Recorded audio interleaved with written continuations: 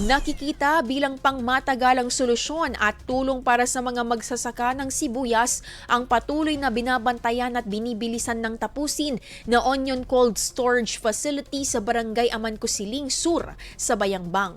Sa pamamagitan ng cold storage, inaasahang mapapahaba ang shelf life ng produkto na magbibigay sa mga magsasaka ng mas malaking kontrol sa presyo at panahon ng pagbebenta.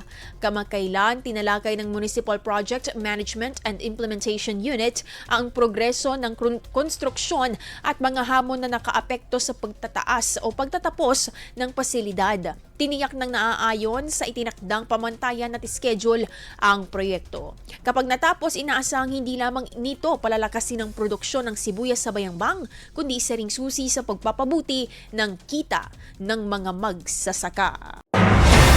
IFM News. IFM News. IFM.